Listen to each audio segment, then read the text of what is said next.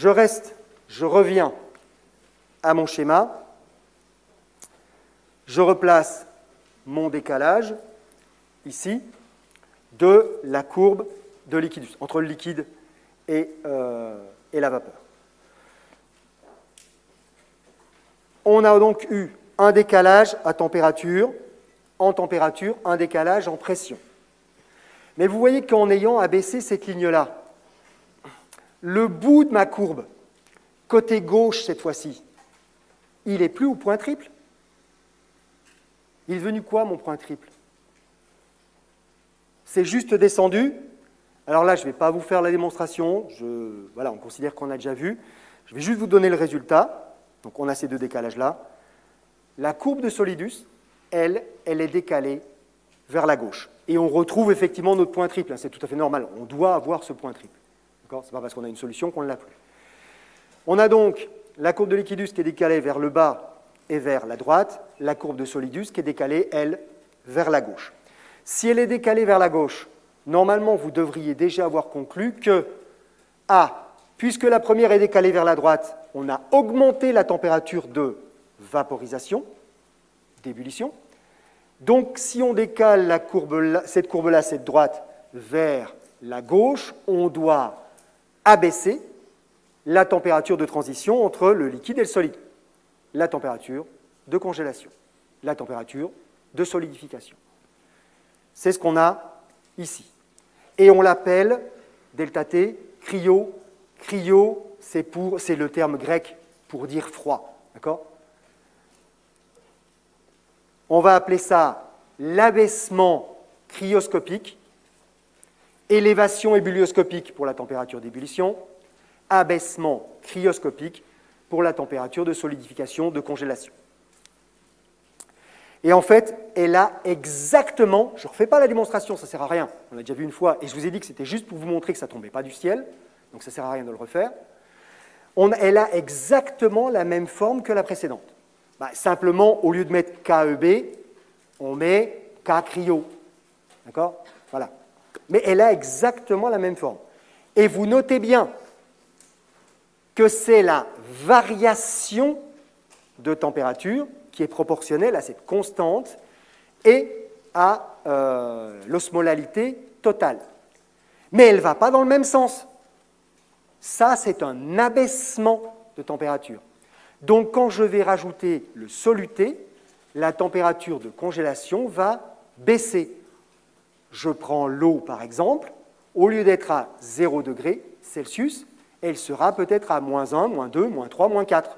Ça dépend de la valeur que je vais trouver par le calcul. OK ? Et dans le cas de l'abaissement cryoscopique, alors c'est la même chose, hein. K était proportionnel uniquement aux propriétés du solvant, K ébullioscopique était proportionnel aux propriétés du solvant, K cryo est proportionnel aux propriétés du solvant uniquement. Est-ce que ces formules-là, celle-ci et la précédente, vous devez les connaître? Non, il n'y a aucune formule que vous devez connaître de toute façon puisque vous avez droit à votre cours pendant l'examen. Donc de toute façon, la réponse A, est-ce que je dois la connaître? Est toujours non.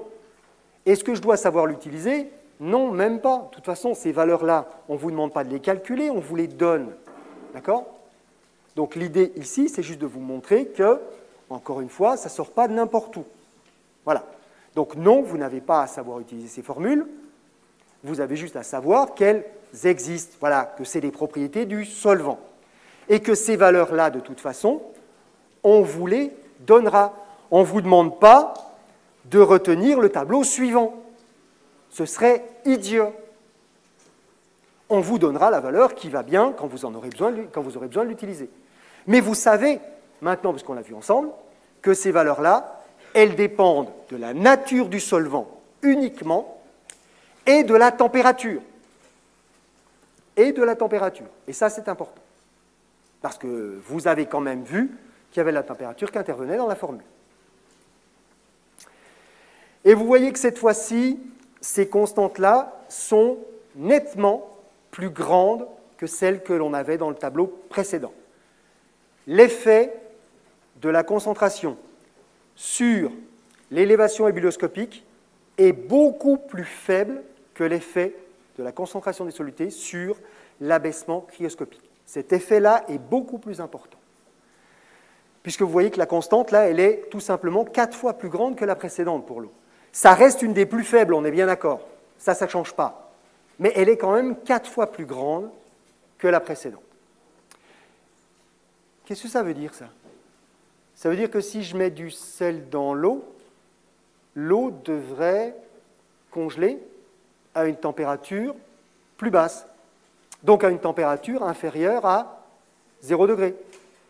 Ah, mais ça ne sert à rien, ça. Ben, vous expérimentez ça depuis une vingtaine d'années, tous les ans, chaque fois que vous avez vu passer une saleuse. Pourquoi on met du sel sur les routes en hiver, quand il va geler ou quand il y a de la neige qui tombe? D'accord? Mais tout simplement pour ça. Ce sel va se dissoudre dans l'eau, et cette eau étant cette fois-ci une solution saline, relativement concentrée, parce que pour le coup, le sel est très, très soluble dans l'eau. D'accord? On monte facilement à plusieurs centaines de grammes par litre pour le sel. Donc, des concentrations en mol par litre qui sont importantes. On n'a pas de grosses difficultés à être à 1, 2, voire pratiquement 3 mol par litre de sel dans l'eau. Ce qui veut donc dire que l'effet sur la température de congélation va être très important quand on met du sel simplement qui va se dissoudre au fur et à mesure sur le sol. Et notre neige qui est en train de tomber, eau qui est à la surface et qu'on ne veut pas voir geler, elle ne va plus congeler cette fois-ci à 0, mais à -2, -3, -4, moins pas mal en fin de compte, regardez. Puisque ça, c'est l'abaissement cryoscopique en fonction de la concentration, c'est en pourcentage massique ici, d'accord, du chlorure de sodium dans l'eau. La courbe, elle s'interrompt là-bas au bout pour une raison très simple, c'est qu'il y a un moment où on atteint la limite de solubilité du chlorure de sodium dans l'eau. Vous savez que si on met 35 sucres dans une tasse de café, ça ne passe pas, d'accord? Et bien, c'est la même chose avec tous les solutés. Il y a un moment où on atteint la limite de solubilisation.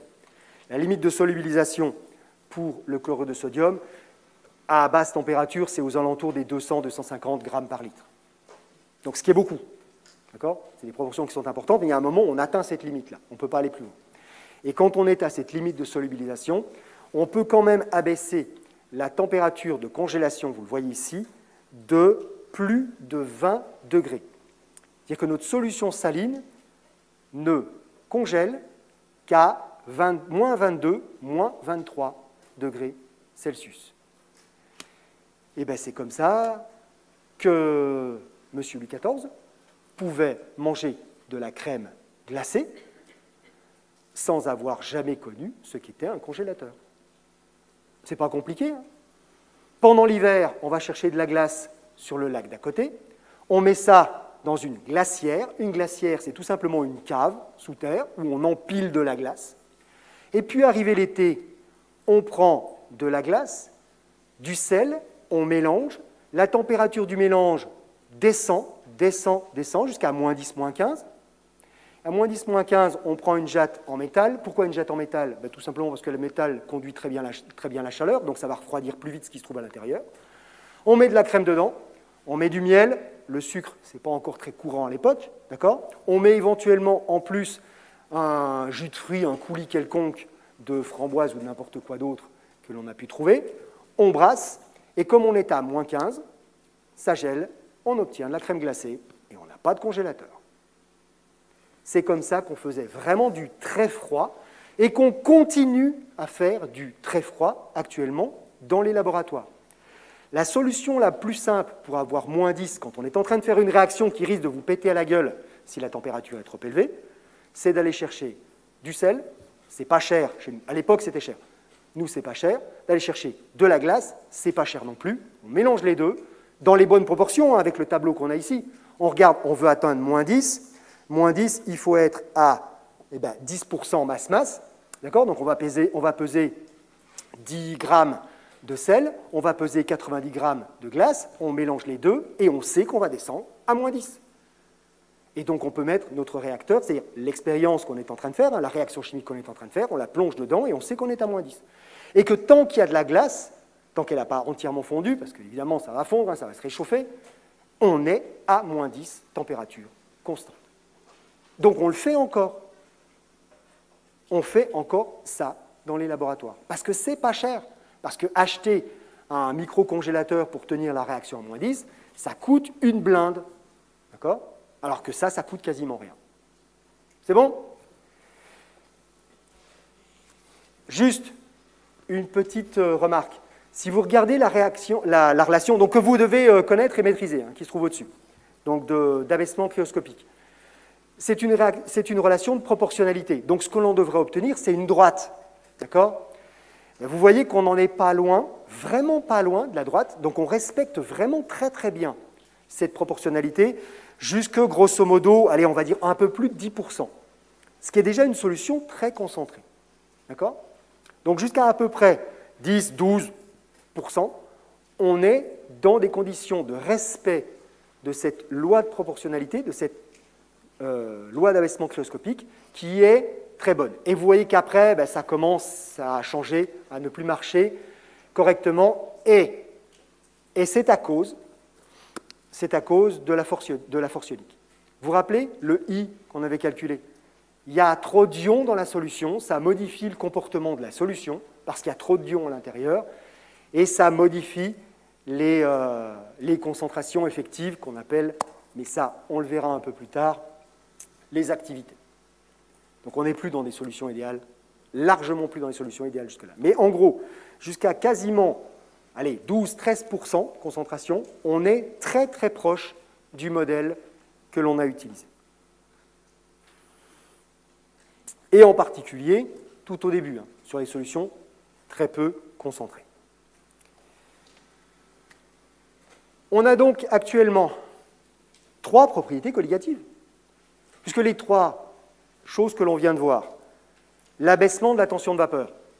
Si j'ajoute un soluté, sa tension de vapeur baisse. L'abaissement de la température de fusion, l'élévation ébullioscopique, l'abaissement cryoscopique. Et, oui, je n'appuie pas sur le bon bouton, l'élévation de la température d'ébullition, ces 3 propriétés-là sont des propriétés colligatives. Et à votre programme, il y en a une 4e, qui est en fait la plus importante de toutes dans les domaines de la santé, dans les domaines biologiques d'une manière générale. Sans cette propriété-là, il est probable que si la vie avait pu exister, elle aurait une forme radicalement différente de celle que l'on connaît. Donc c'est vraiment une propriété qui est très très importante. Propriété chimique, mais qui influe sur les systèmes biologiques. Donc cette propriété, c'est ce qu'on appelle la pression osmotique. Et on va y passer probablement au moins le reste de l'heure,